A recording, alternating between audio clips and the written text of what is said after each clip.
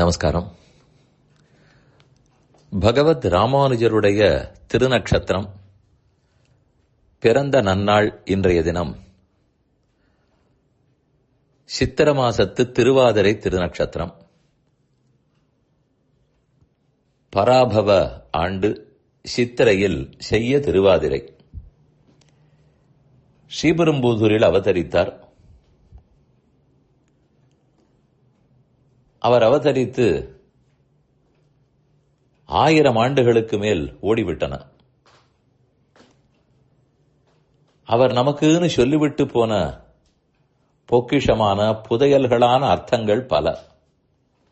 சிறந்த வேதாந்தி, ஆழமான பக்தர், எளியவர், சரணாகதி சாஸ்திரத்தையே வெளியிட்டவர், எத்தனையோ திவ்யதேச திருக்கோயில்களில் தொண்டுகளை கைங்கரியங்களை ஏற்படுத்தி வைத்தவர். இன்னும் சொல்லிக்கொண்டே போகலாம். அவரை பற்றின பெருமைகளை எடுத்துச் சொல்லும் ராமானுஜ நூத்தந்தாதி எனும் 108 பாசுரங்கள். அதை அவசியம் அனைவரும் அறிந்து கொள்ள வேண்டும். அது புரிந்தால் அவரை ஓரளவு புரிந்து கொள்ளலாம். அதில் ஒரு எளிய செய்தி சொல்லுகிறார்.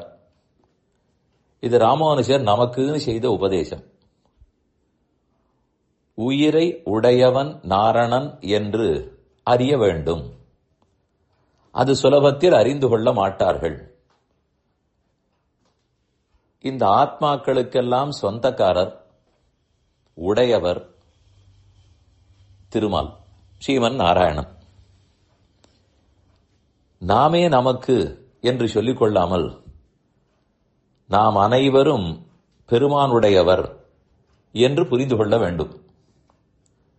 உயிரை உடையவன் நாரணன்.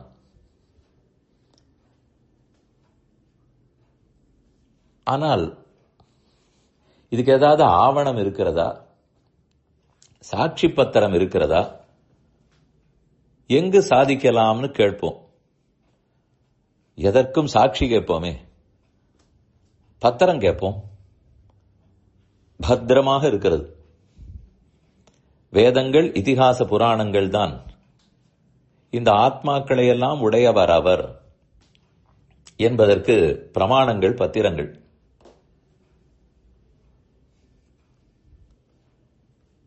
இதிலிருந்து ஒரு செய்தி புரியும். ஒரு சின்ன பரீட்சை, போட்டி வைப்போம். எதில் நமக்கு இருப்பதிலேயே அதிக பதற்றம் உருவாகும்? துடிப்பு. இது நடக்க வேணுமே. அதேபோல் லோகத்திலேயே நாம் அறிந்ததிலேயே யாருக்கு எந்த விஷயத்தில் அதிக துடிப்பு இருக்கும்? பரீட்சை முடிவுகள் எல்லாம் வெளியே வரப்போகின்றன. நமக்கு எத்தனாவது மதிப்பெண், எத்தனாவது ரேங்க், துடிப்பு இருக்கலாம்.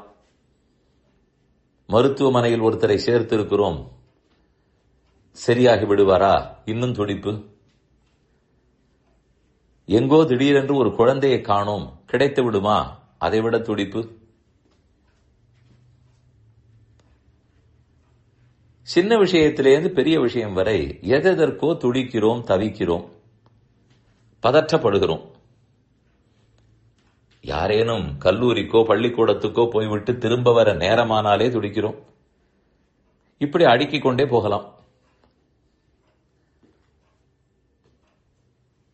இதில் எது அதிகமான பதற்றம்?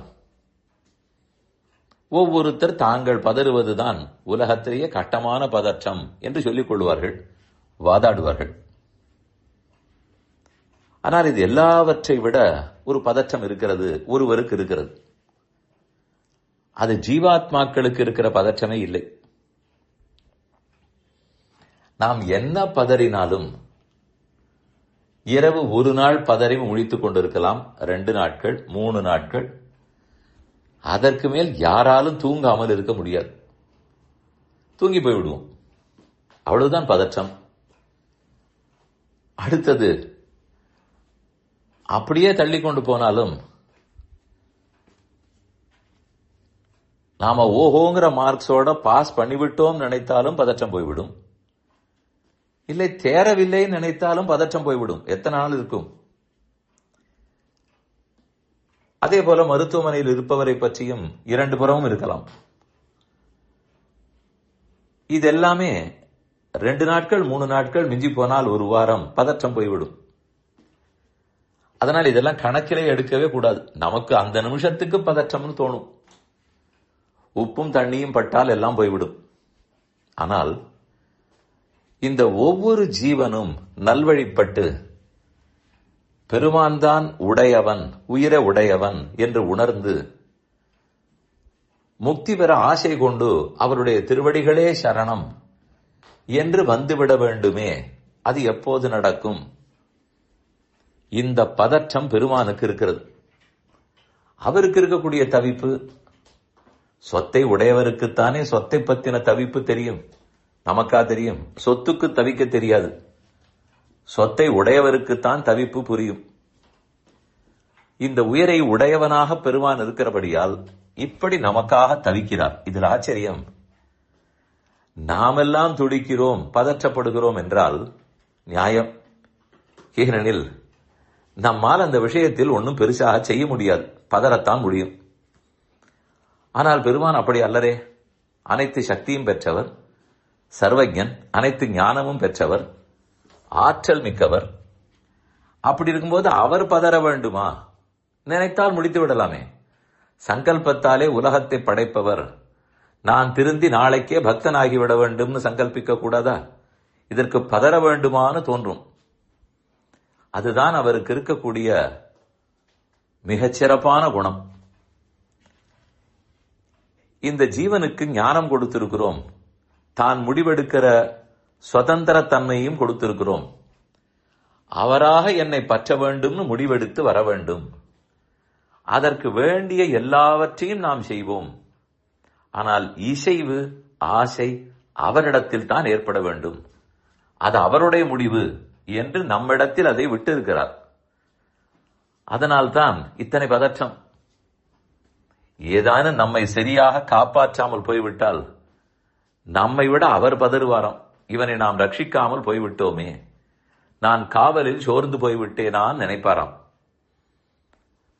அதனால் பதற்றம் என்று பார்த்தால் அதுதான், தவிப்பு என்று பார்த்தால் அதுதான். ஏன்? உடையவன் அவன், உயிரை உடையவன் நாரணன். இதைத்தான் ராமானுஜர் நமக்கு செய்தியாக கொடுத்து விட்டு போனால் அவர் செய்த உபதேசம். நாம் அறிந்து கொள்ள வேண்டியது, அந்த உடையவன் இருக்கட்டும், அவரை காட்டிலும் உடையவர்னு பட்டம் பெற்ற சுவாமி எம்பெருமானார் ராமானுஜர். அவரன்றோ உபய விபூதியும் உடையவர், ஒவ்வொரு ஜீவனுக்கும் முக்தியே பெற்று தரக்கூடியவர். சுவாமி ராமானுஜர் திருவடிகளே சரணம்.